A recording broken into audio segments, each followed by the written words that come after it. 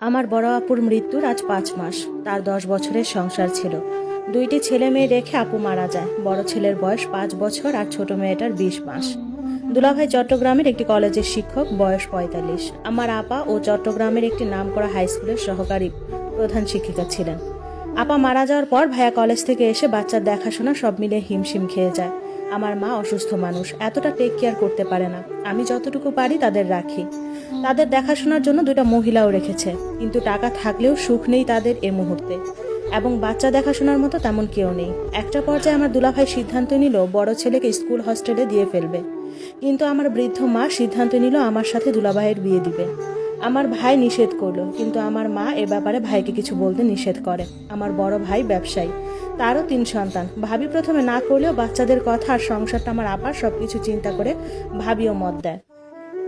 আমি আমার মা বাবার ভুলের সন্তান। আমি বাবা মার বৃদ্ধ বয়সে ভুলে হয়ে যাই, তাই বাবা মা আর আমাকে নষ্ট করেনি গর্ভে, দুনিয়ার আলো দেখিয়েছেন। আমার বড় ভাইয়ের বিয়ের 9 মাস পর আমি দুনিয়াতে আসি।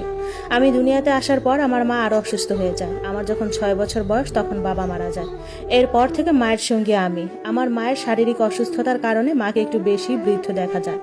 আমার আপু আমাকে খুব আদর করত। আমার পড়ালেখার খরচ আপু দিত, যদিও আমাদের অনেক আছে, দেওয়ার প্রয়োজন ছিল না, তবুও আপু খুশি মনে দিত। মা নিতে না চাইলে আপু রাগারাগি করতো। আমি আপুর খুব আদরের বোন ছিলাম। আপু থাকাকালীন আপুর স্কুল থেকে এসএসসি পাশ করি। এরপর দুলাভাইয়ের কলেজেই আমি আপু ভর্তি করিয়ে দেয়। এখন ইন্টারে পড়ি, কিন্তু দুলাভাইয়ের সাথে আমার বিয়ের কথায় আমি যেন ভরকে গেলাম। কি বলে এসব? দুলাভাই আমার চেয়ে বয়সে কত বড়। আমি কান্না টান্না করে শেষ, কিন্তু আম্মা আমাকে বলে এগুলো আমাদের চট্টগ্রামে অহরহ হয়। 60 বছরের বুড়া ও 15 বছরের মেয়েকে বিয়ে করে আমাদের চট্টগ্রামে।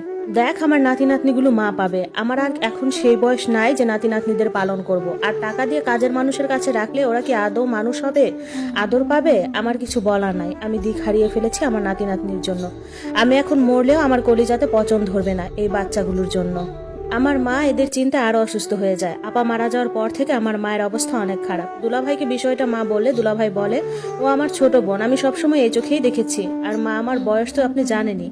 আমি বুঝতেছি না মা, আমি কি করব, তবে আমার দ্বারা এটা সম্ভব না। আমার মা বলে, বাবারে, তোমার জন্য মেয়ের অভাব নাই, কিন্তু আমার নাতি নাতনিদের মায়ের অভাব হবে। তুমি বাবা না করো না, আমার ছোট মেয়েটাকে বিয়ে করে নাও। আমার মা ওনার পায়ে ধরার অবস্থা। তবে সত্যি বলতে ভাইয়া ভীষণ ভালো মানুষ। আপুর এই 10 বছরের সংসারে ওনার প্রতি কোনো অভিযোগ নাই। তবে আপুর শাশুড়িটা একটু জঘন্য ছিল, কিন্তু তিনিও মারা গেছে আজ 3 বছর হচ্ছে। আমি কান্নাকাটি করে অস্থির, কিন্তু মায়ের অসুস্থতায় আর না বলতে পারি নাই। আপুর গয়নাগাটি আর আমার জন্য বিয়ের একটি শাড়ি কিনে আমার মা, দুলাভাই কিনে না। আমার মা ভাবিকে বলে, ভাবি গিয়ে কিনে নিয়ে আসে। তারপর বাসায় কাজে এনে কোনো রকমে বিয়েটা হয়। বিয়ের আগে আমার ভাই আমার জন্ম নিবন্ধনটার